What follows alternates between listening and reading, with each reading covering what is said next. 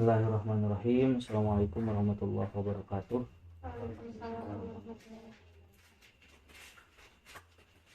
Hamdan syukranillah amma ba'du.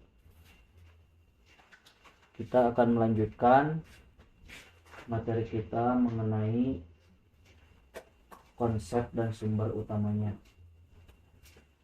Kalau tadi sore kita mempelajari pemikiran Descartes, dia adalah seorang pemikir dari Prancis yang hidup sekitar abad 15. Hari ini, di malam ini, kita akan mempelajari bagaimana pandangan Immanuel Kant mengenai konsepsi dan sumber utamanya. Immanuel Kant ini adalah salah seorang pemikir dari Jerman yang hidup sekitar abad 17, yaitu 1724 sampai 1804. Umurnya lumayan panjang, 80 tahun dia gunakan untuk pengabdian merumuskan bagaimana struktur berpikir manusia, dan banyak lagi pemikiran khas Immanuel Kant khususnya tentang manusia dan etika. Nah, Immanuel Kant digolongkan oleh Bakir Sadar termasuk kepada pemikiran rasional.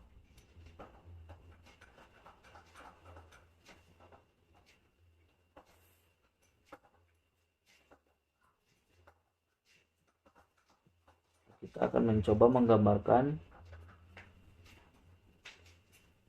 bagaimana proses terbentuknya konsep di dalam benak manusia menurut Kant. Nanti juga kita akan mencoba untuk membandingkan antara pemikiran Immanuel Kant dan pemikiran Descartes. Informasi yang kita dapatkan dari buku Falsafatuna mengenai pemikiran Kant adalah ia mengakui dua sumber pengetahuan. Dalam hal ini pengetahuan konsepsi. Pertama adalah alam, yang kedua adalah rasio.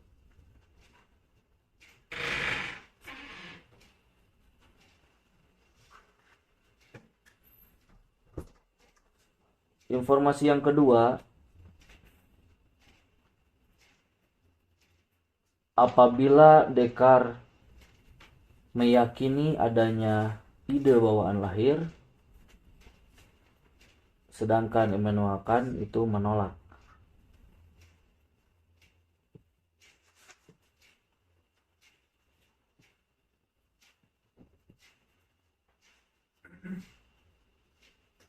Seperti kita ketahui bahwa Descartes meyakini pengetahuan itu secara ajeg telah dimiliki oleh manusia sejak lahir. Tetapi Immanuel Kant memiliki pandangan pengetahuan rasional yang dimiliki oleh manusia itu belum bersifat ajeg, tetapi masih bersifat potensi.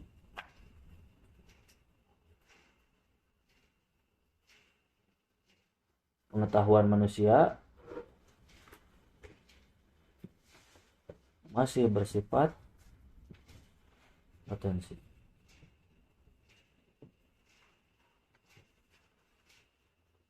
Selanjutnya,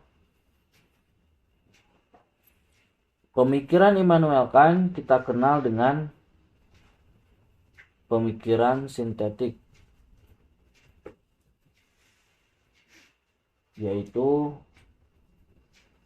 pemikiran yang mencoba untuk menemukan hubungan antara landasan ilmiah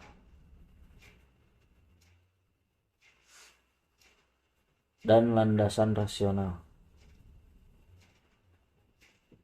Sedangkan sebagaimana kita ketahui, Descartes itu memisahkan antara pengetahuan ilmiah dan pengetahuan rasional, atau bisa kita sebut dengan pemikiran dualisme.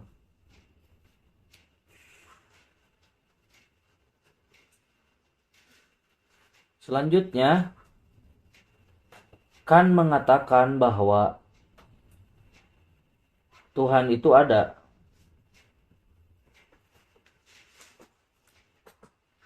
Tapi tidak bisa diketahui.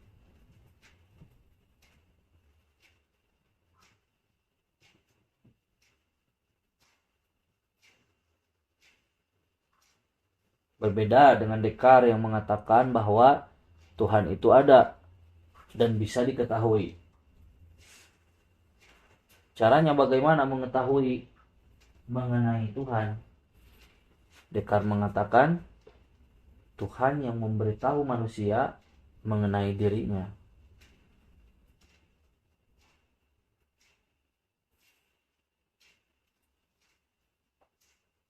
Coba kita gambarkan struktur dari pemikiran Kant berdasarkan informasi-informasi yang kita dapatkan. Pertama,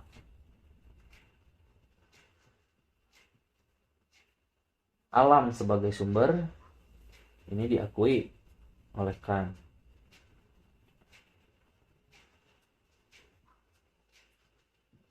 Kemudian rasio sebagai sumber itu pun diakui oleh Kant.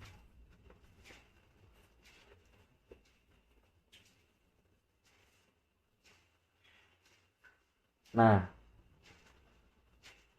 apabila ada pertanyaan dari mana konsepsi itu hadir di dalam benak manusia, Kant akan menjawab konsepsi tersebut bersumber dari alam.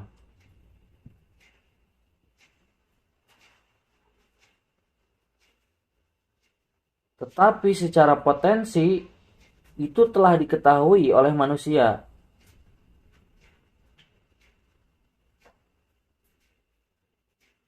Nah, poin ketiga dari informasi yang kita dapatkan mengenai pemikiran Kant, bahwa pengetahuan manusia masih bersifat potensi secara rasional karena dia merumuskan suatu gagasan yang disebut dengan 12 kategori.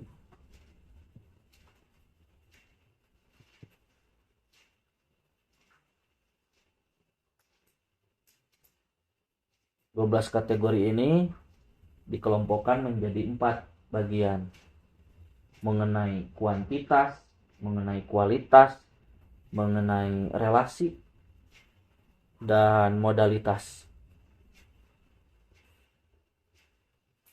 Jadi di dalam benak manusia itu terdapat potensi-potensi berbagai kategori yang nantinya manusia butuhkan untuk mengkonsepsi alam.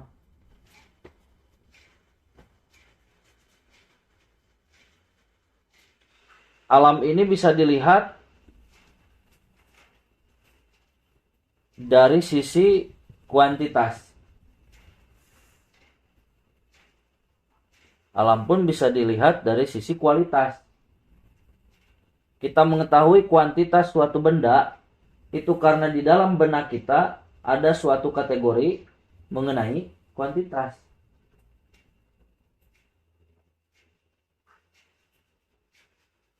Di alam pun kita mengetahui relasi antara satu kejadian dengan kejadian lain. Karena di dalam benak kita ada suatu kategori relasi yang memiliki kemampuan untuk mengetahui apa hubungan antara benda satu dengan benda lain, apa hubungan antara kejadian satu dengan kejadian lain. Nah, manusia mampu mengatakan hubungan antara kedua kejadian atau kedua benda itu karena di dalam benak manusia ada semacam kategori tersebut.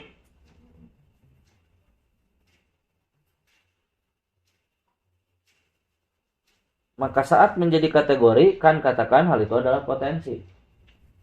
Kapan mengaktual? Saat indera bersentuhan dengan alam.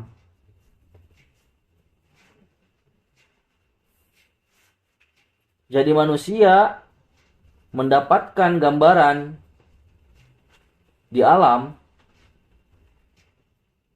itu atas bantuan dari berbagai kategori yang ada di rasio yang bersifat potensi.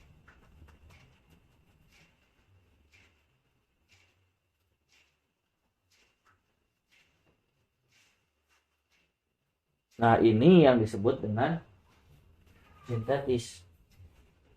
Berhubungan antara persepsi indrawi dan persepsi rasio.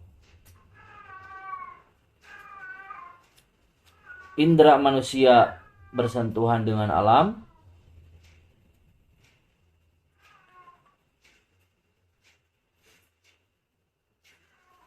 saat itu pula aktual apa yang menjadi potensi di dalam rasio.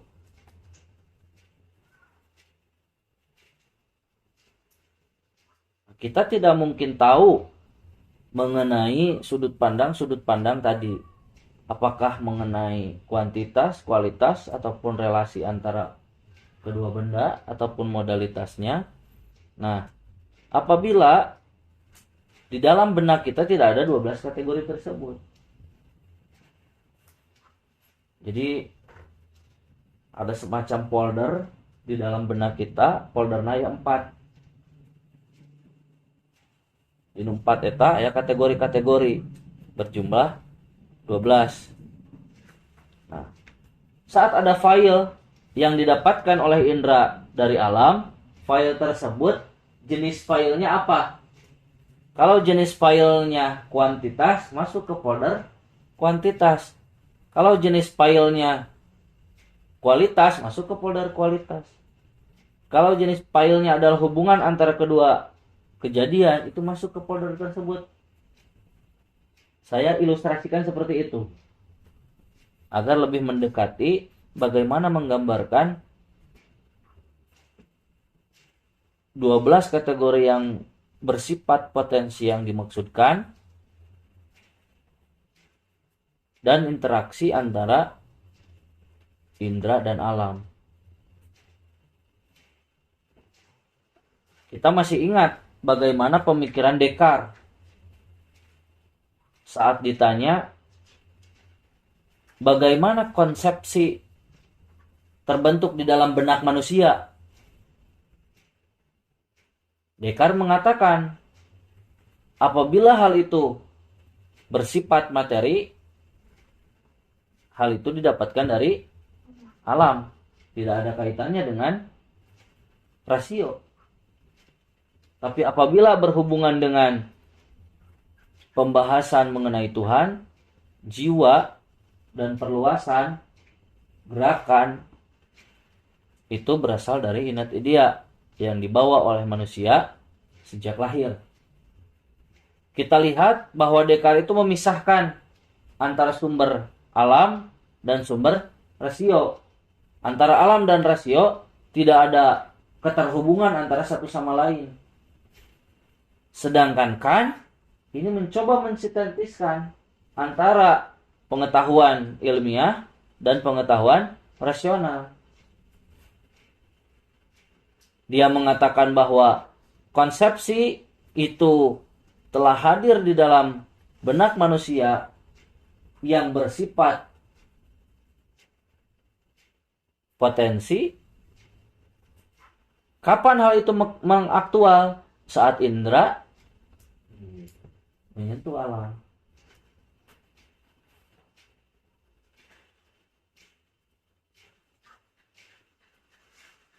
Nah, ada keterhubungan di dalam struktur pengetahuan yang ditawarkan oleh Kant. Namun persoalan muncul apabila kita bertanya kepada Kant, 12 kategori ini dari mana? Mengapa Immanuel Kant merumuskan 12 kategori sebagai pengetahuan potensi yang dimiliki oleh manusia?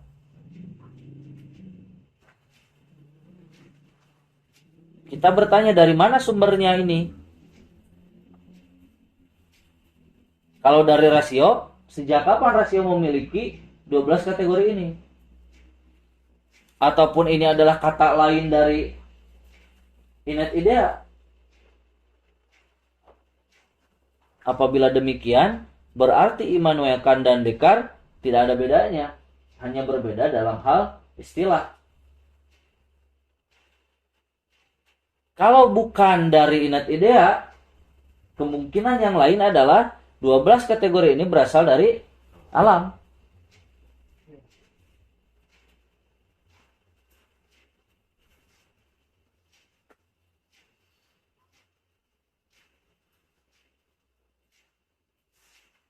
Itu pertanyaan yang pertama yang kita ajukan kepada Immanuel Kant. Pertanyaan yang kedua, saat Immanuel Kant mengatakan bahwa Tuhan itu ada tapi tidak bisa diketahui, nah ini adalah rumusan pengetahuan Kant yang kedua, yaitu analitik. Kalau sintetik itu nyambung tadi antara pengetahuan rasional dan pengetahuan ilmiah. Kalau pengetahuan analitik ini bersifat analitik, hanya bersifat analisa dari pandangan subjektif Kant terhadap keyakinan yang dianut. Maka saat berbicara mengenai Tuhan, dia mengatakan Tuhan itu ada, tapi tidak bisa diketahui. Kalau tidak bisa diketahui, berarti tidak bisa ditemukan di alam. Pertanyaan yang kita ajukan selanjutnya kepada Kant adalah, dia mengatakan Tuhan